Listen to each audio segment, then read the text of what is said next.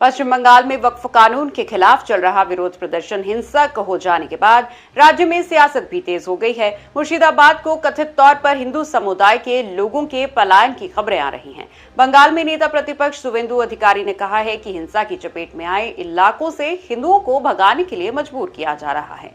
शुवेंदु अधिकारी ने social media पर एक पोस्ट करके बताया कि 400 से ज्यादा हिंदुओं को मुर्शिदाबाद के धुलियान से भगाने, नादी पार करके और स्कूलों में शरण लेने के लिए मजबूर किया जा रहा है। उन्होंने तस्वीरें और वीडियो भी पोस्ट किए। शुवेंदु अधिकारी ने कहा कि धार्मिक कट्टरपंथियों के डर से मुर्शिदाबाद के धुलियान में 400 से ज्यादा हिंदू नदी पार करके मालदा के बैशनब नगर के देवनापुर, सोवापुर, जीपी के पार लालपुर हाई स्कूल में शरण लेने के लिए मजबूर हुए। ममता बनर्जी सरकार पर निशाना साधते हुए अधिकारी ने कहा कि बंगाल में धार्मिक उत्पीड़न वास्तविक है। उन्होंने पोस्ट में आगे लिखा कि टीएमसी की तुष्टीकरण नीतियों ने कट्टरपंथी तत्वों को प्रोत्साहित किया है, हिंदुओं को निशाना बनाया जा रहा है। हमारे लोग अपनी ही जमीन पर अपनी जान बचाने के लिए भाग रहे हैं।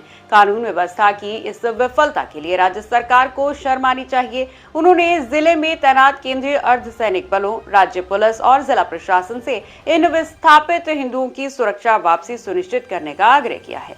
शुवेंदु अधिकारी ने कहा कि बंगाल जल रहा है, सामाजिक ताना बाना टूट चुका है और अब बहुत हो चुका। इससे पहले शनिवार को कलकत्ता उच्च न्यायालय की एक विशेष डिवीजन बेंच ने मुर्शिदाबाद जिले में केंद्रीय सशस्त्र पुलिस बल तैनात करने का आदेश दिया। कोर्ट ने कहा था कि पश्चिम बंगाल सरकार द्वारा हाल के दिनों में वक्फ संशोधन अधिनियम के खिलाफ प्रदर्शनों के दौरान सांप्रदायिक अशांति को नियंत्रित करने के लिए किए गए उपाय पर्याप्त नहीं थे।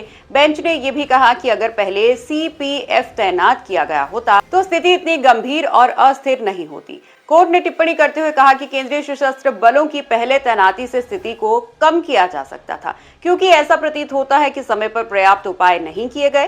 खंडपीठ ने इस बात पर जोर दिया कि स्थिति गंभीर और अस्थिर है। शुवेंदु ने कहा कि उन्होंने राज्य सरकार से केंद्रीय अर्धसैनिक बलों की मांग करके तत्काल हस्तक्षेप करने का अनुरोध किया था, लेकिन राज्य ने इसे स्वीकार नहीं किया, जिसके कारण उन्हें न्यायालय का दरवाजा खटखटाना पड़ा।